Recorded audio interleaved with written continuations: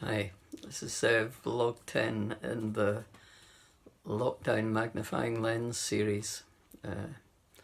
Just addressing an issue that some of you have written to me about, namely that in lockdown you've been seeing things about yourself that you don't particularly like, and you recognise they're holding you back from life in all its fullness and in some sense harming you, and perhaps harming those around you whom you love. And it's almost as though lockdown and not being able to be out the house in ways that you might be used to has almost forced the issue and forced the attention on some of these things. And so this is number 10 in a series. They're all out there on WordPress and YouTube and Facebook and so on. And I hope if this is the first one you're listening to, you might listen to some of the others just to get the flow. And I've been really directed in what I speak about up until now by questions that folk have asked me, and that's really dictated what I've spoken about in each of the vlogs. This one's slightly different because I felt I wanted to do just a very brief vlog about things that I've observed as being signs of healing. And they all come in the form of tears, almost tears of relief.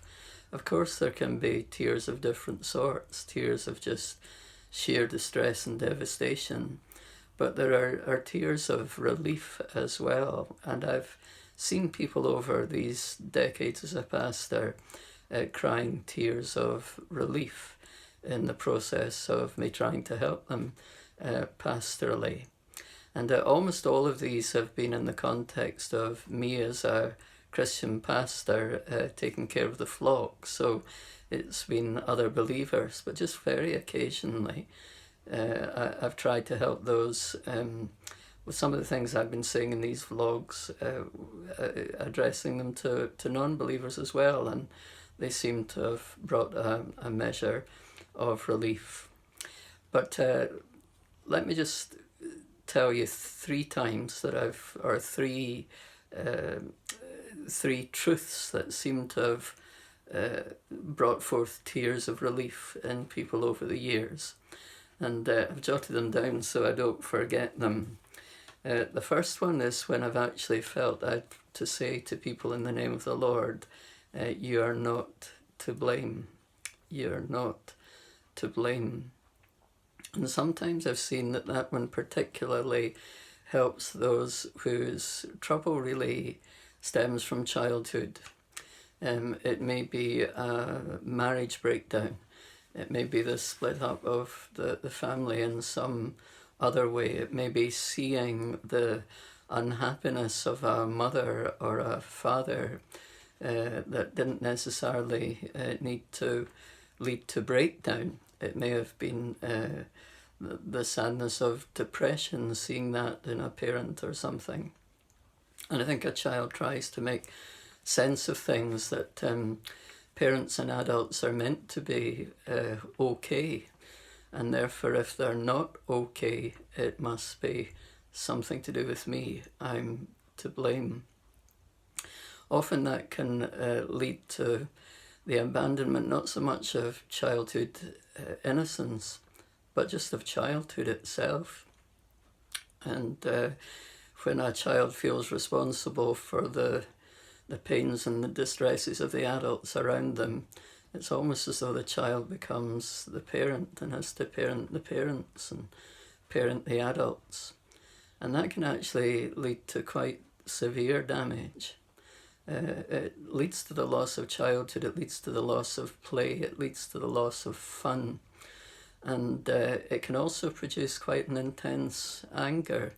I think some of the strongest anger I've seen erupting has been from children who had to parent the parents. Of course, it doesn't always, please don't hear me as though I'm saying any child that has to care for their parents ends up damaged through that. That's obviously not the case, but it can be the case. And I've seen the relief that comes to people when I say, do you know you're not to blame? That it wasn't your fault. And I wonder if some of you listening are carrying that lie in your head that somehow you were responsible for the distress that was around you in your childhood home. Of course, we can be responsible for our own distresses, and of course, even children can be sinful. Of course, that's the case. And if the Lord shows you anything that you need to repent of, then repent of it. But having put that in place, I still feel I have to say that many of you might find relief from looking back and actually allowing yourself finally to see, I was not to blame. I did not cause that problem. I once suggested to a lady that she should get a paintbrush and paint that message around the walls of her living room so she could see it every day. I am not to blame. She wrote it down in her notebook, and I never actually asked her, did she ever do that? Did she ever make some visual representation of that truth? Maybe you need to make a visual representation. Put it at the top of each week in your diary. I am not to blame. I was not to blame. So that's the first thing that I've seen bringing relief. There are tears of relief. Quite often they come forth in people when they realise that. The second area where I've seen relief coming is almost when I make a throwaway comment like, well, when I feel upset.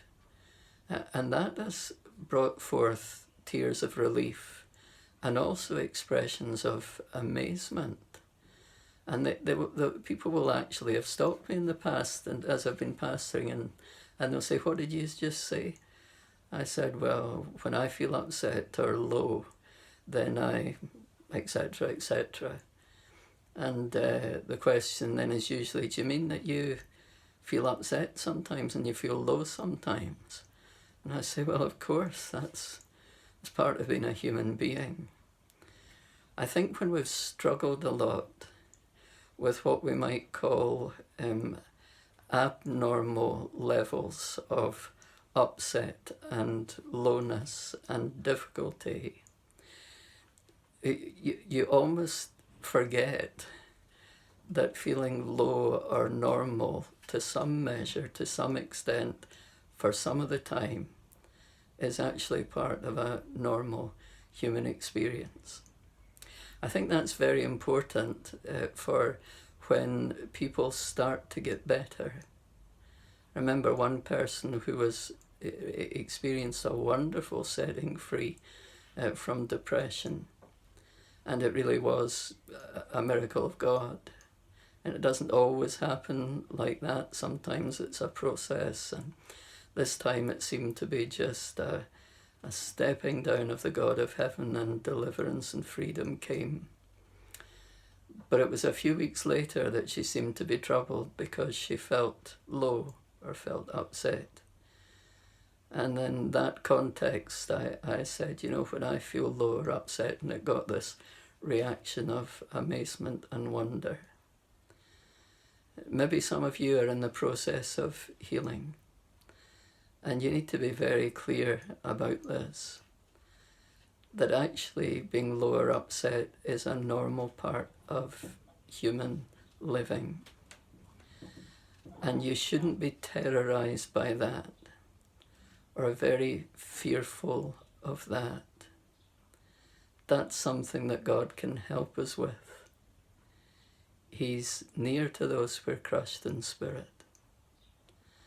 I think then that I hope that some of you will maybe be free from panic when you feel low or down, and just believe that you can say in the face of that, wait a minute, this shows I'm a normal human being, and the help of God is with me as I live my human life. I think the third time I've seen tears is when I've suggested something that some of you may struggle with, but I really do believe this.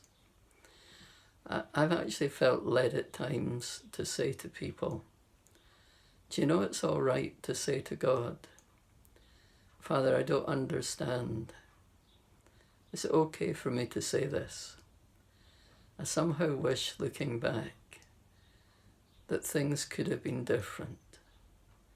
I don't understand why it was this way. I don't know if it had to be this way.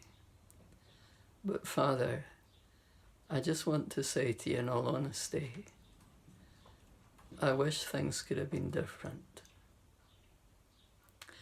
Now, some of you who are perhaps walking in a measure of victory will say, well, there's a great victory that comes when you can look back and say, I wouldn't have changed a thing.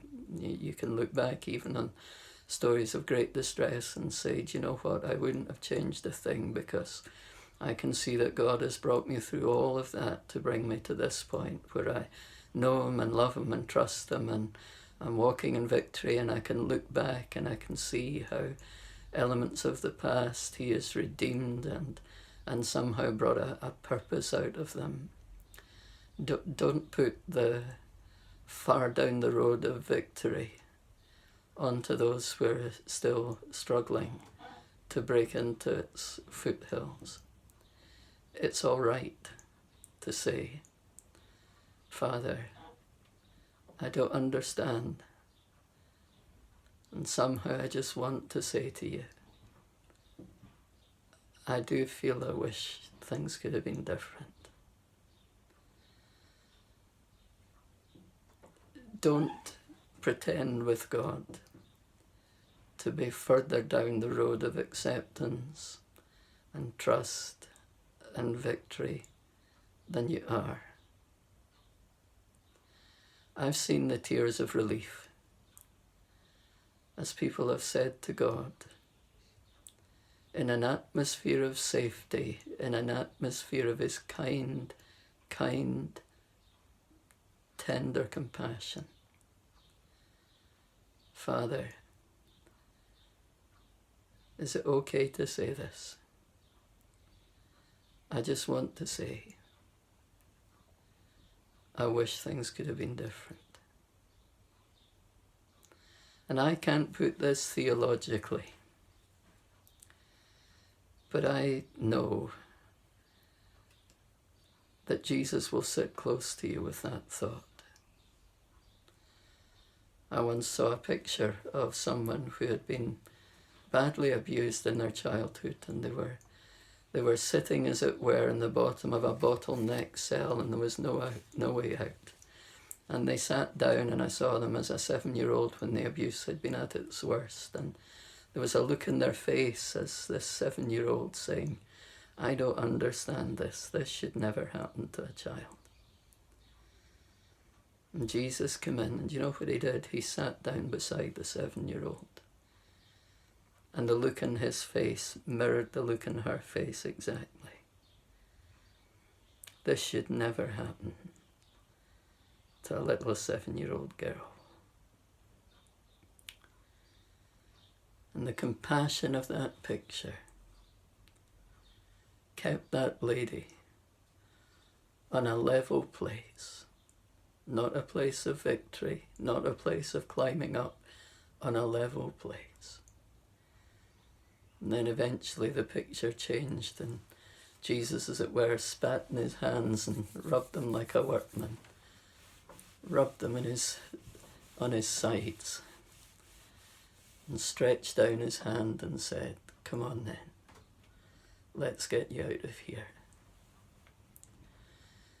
But the first stage of healing, and the first stage of tears where there had been blankness,